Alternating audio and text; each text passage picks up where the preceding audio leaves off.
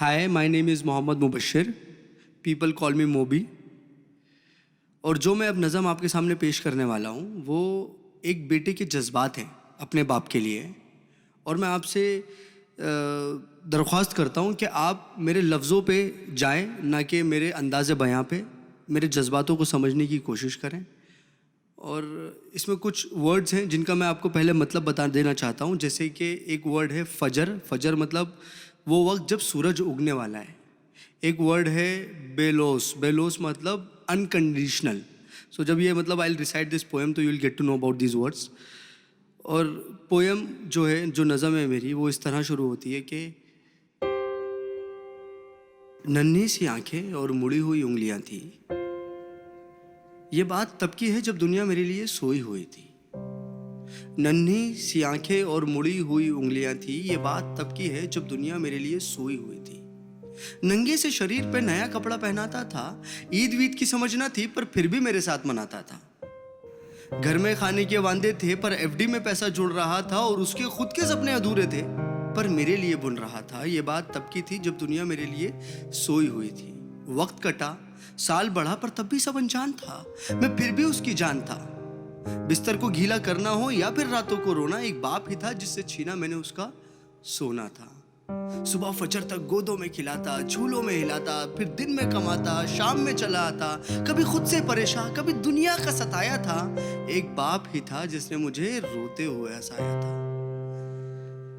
अल्फाजों से तो गूंगा था मैं, पर वो मेरे इशारे समझ रहा था। मैं खुद इस बात से हैरान हूं आज कि कल वो मुझे किस तरह पढ़ रहा था।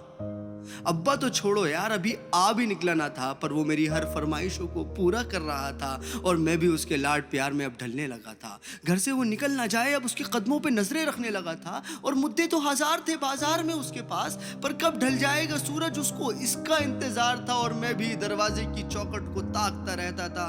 जब होती थी दस्तक तो वॉकर से झांकता रहता था। देख के उसकी शक्ल में दूर से चिल्लाता था। जो भी इशारे मुझे आते थे उससे उसे अपने करीब बुलाता था। वो भी छोड़ छाड़ के सब कुछ मुझे सीने से लगाता था। कभी हवा में उछालता था, कभी करतब दिखाता था मेरी एक मुस्कान के लिए। कभी हाथी कभी घोड़ा बन जाता था और सो सकूं रात भर सुकून के साथ। इसीलिए पूरी रात एक करवट में गुजारता था। इसीलिए पूरी रात एक करवट में गुजारता था।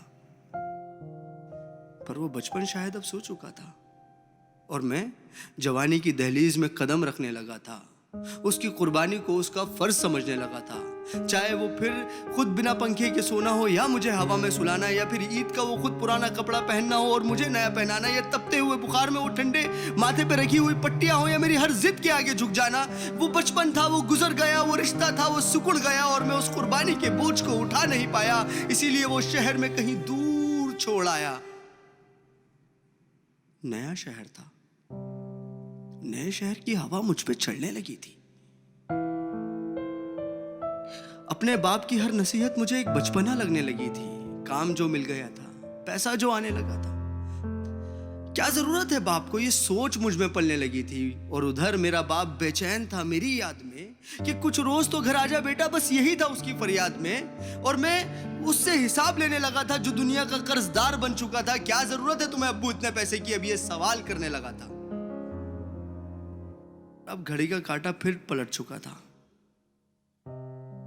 कल तक मैं किसी का बेटा था, आज किसी का बाप बन चुका था। और हसरतों का स्वेटर मैं भी बुनने लगा था। कल क्या करेगा मेरा बेटा, मैं भी यही सोचने लगा था। अब दुनिया में ना उससे कोई आगे था, ना कोई अपना था, सब पराया था। बस वही एक सपना था।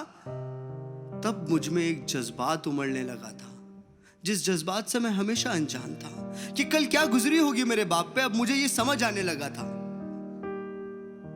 बेलोस मोहब्बत की मूरत होता है बाप। जो लफ्जों में ना बुना जाए और कलमों से जो ना लिखा जाए, वो होता है बाप। जो रोते हुए को हंसा दे और खुद को माजूर बना के तुम्हें खड़ा कर दे, वो होता है बाप।